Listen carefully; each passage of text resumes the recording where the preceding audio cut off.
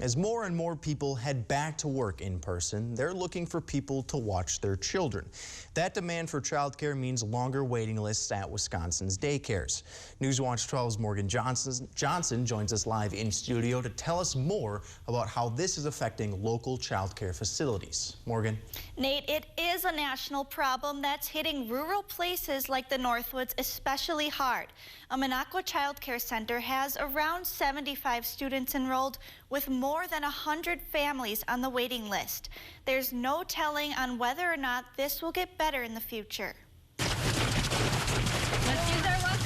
If you saw a group of kids picking up litter on the roads, it was Emily May's students at Terry's Treehouse. Oh, there's some styrofoam there. It looks kind of like snow. It's part of a week focusing on the environment. It's our annual event. I think I've been doing it for 18 years now.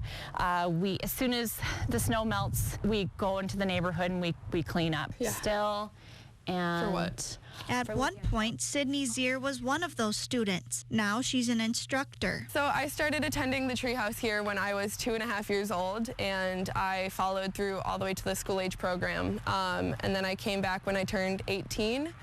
And I've been here since. Sydney and Emily May love their jobs, but that doesn't mean it comes without challenges. It's childcare, and everyone knows the rumors about childcare. Sydney is referring to the low wages in the childcare industry. The national average pay for childcare educators is a little over $10 an hour. Emily May said different opportunities from the federal and state government during the pandemic have allowed Terry's Treehouse higher wages along with facility upgrades. But Emily May is not sure how much longer the funding will last. Now more than ever, especially with COVID, inflation has been intense for stakeholders to really understand that programs are struggling to make ends meet, and without raising tuition and being a high quality program, we wanted to serve every family, not just the ones that were able to financially afford it. Finding childcare is also a struggle for families in Minocqua. It's a childcare desert,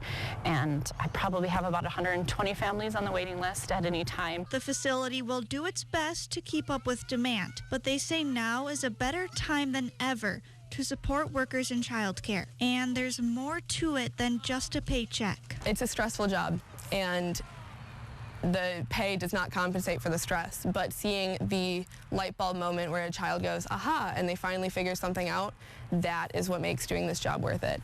That is what pays my bills in my heart. And while the children are growing, so are the workers. It's a beautiful place to grow, and I never stop growing while I'm here, so every day is a new day and a good challenge, so keeps me busy and keeps me feeling like I have a purpose. Terry's Treehouse currently receives money through the Wisconsin Child Care Counts Act. If that ends, the Minocqua Child Care Facility will have to raise rates for parents. Nate?